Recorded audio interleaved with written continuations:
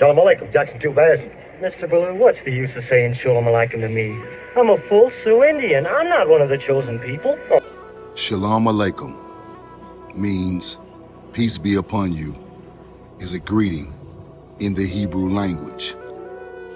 The general community thought Shalom Aleichem was in the Chickasaw language. Let's keep going. All right, go ahead being stubborn if you want it. Well, I ain't stubborn. Oh, not much you ain't. You know, according to an ex-congressman of these United States I heard give a lecture at the Chautauqua this winter, Indians is the lost tribe of Israel, but he won't admit it. Were the mound builders. Everybody had an opinion. And David's opinion agreed with a lot of other people, although it was ridiculed, and that is that they were at least descendants of the lost tribes of Israel. Because after all, the Indians were savages and they could not have built geometric works such as these. So when David discovered stones with Hebrew on them, then the trouble began. When David discovered stones with Hebrew on them, then the trouble began.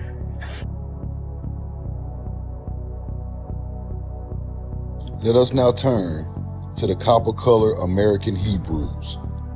It was also stated in this book that the Indians gathered around and said hallelujah or hallelujah. It was also stated that the indigenous tribes also said Yohewah, which in Hebrew means Joshua in the Bible. Yohewah, which in Hebrew means Joshua in the Bible. Yohewah, which in Hebrew means Joshua in the Bible. We know the truth now.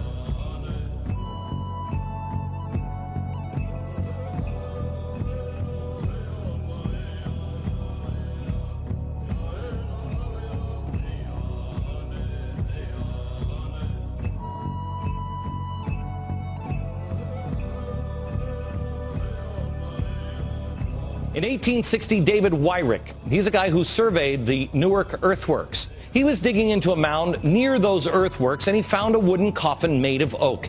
They opened up the coffin and found a skeleton of a man holding a little box that was about 8.10 inches in size.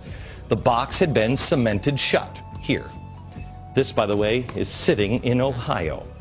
Well, he opened up the box and he found a little man inside, a little black stone. They took it to scholars, and they looked at it.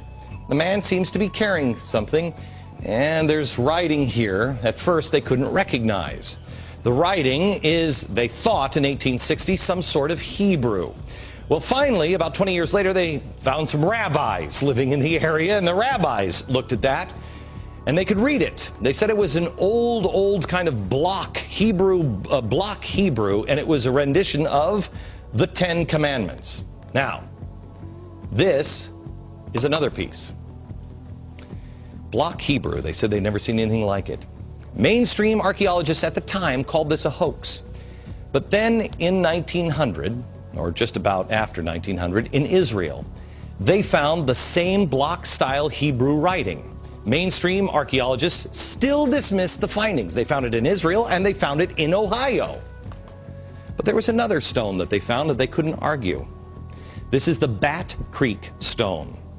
It was found during the course of an official Smithsonian evacuation. The Smithsonian didn't understand the meaning of the writing on the stone. They thought it was Cherokee, since it came from Cherokee country. They didn't realize that it's actually Hebrew. They had published this originally upside down. They threw it in a box at the bottom of the Smithsonian, put it in the basement. Many years later, a scholar took it out of the box, looked at it, and went, oh my gosh, it's upside down. It's Phoenician, ancient Hebrew. So what's going on here? What is that about? Where is that history? Brought here by Hebrew people in search of a new promised land. I want to know if this stone, inscribed with the Ten Commandments, might have been kept inside the ark, or was it left behind as a clue that one of the Bible's most sacred artifacts is right here in the United States? This is the Decalogue stone with the Ten Commandments written on it on all sides of it. And this is a stone box that the Decalogue was found in. Okay. So when it was found, it was enclosed in this box, and you couldn't even see the stone inside. The box is carved out inside exactly to fit the Decalogue stone. Well, who's that guy? Well, this figure here on the front that's wearing a robe and a turban and holding either tablets or a breastplate, and over his head in these Hebrew letters it says Moshe or Moses. Oh. So must be Moses. Okay, that's Moses, all right. Who delivered the Ten Commandments. Ten Commandments, okay.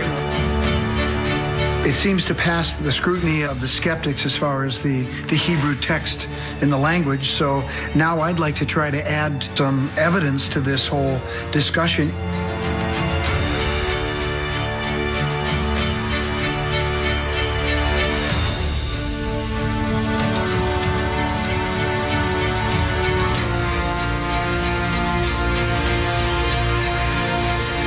This thing is polished after it was carved.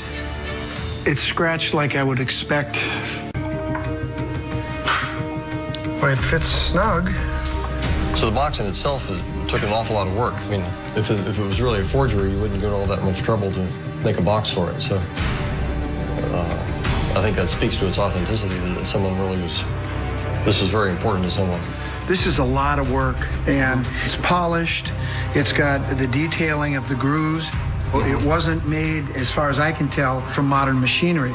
Geologically, I don't see any problems here that would make these things obvious hoaxes. So the skeptics have rejected this. Well, that's been a factor, but Hebrew is an odd thing to find here. The fact that it's odd doesn't mean that it's not genuine. What it boils down to is really the problem with these artifacts is that the academics don't like them because they don't fit the paradigm. And unfortunately for them, you can't dismiss things simply because you don't like them. Right. And so the evidence to me seems clear. There's no reason not to accept these as genuine, legitimate artifacts.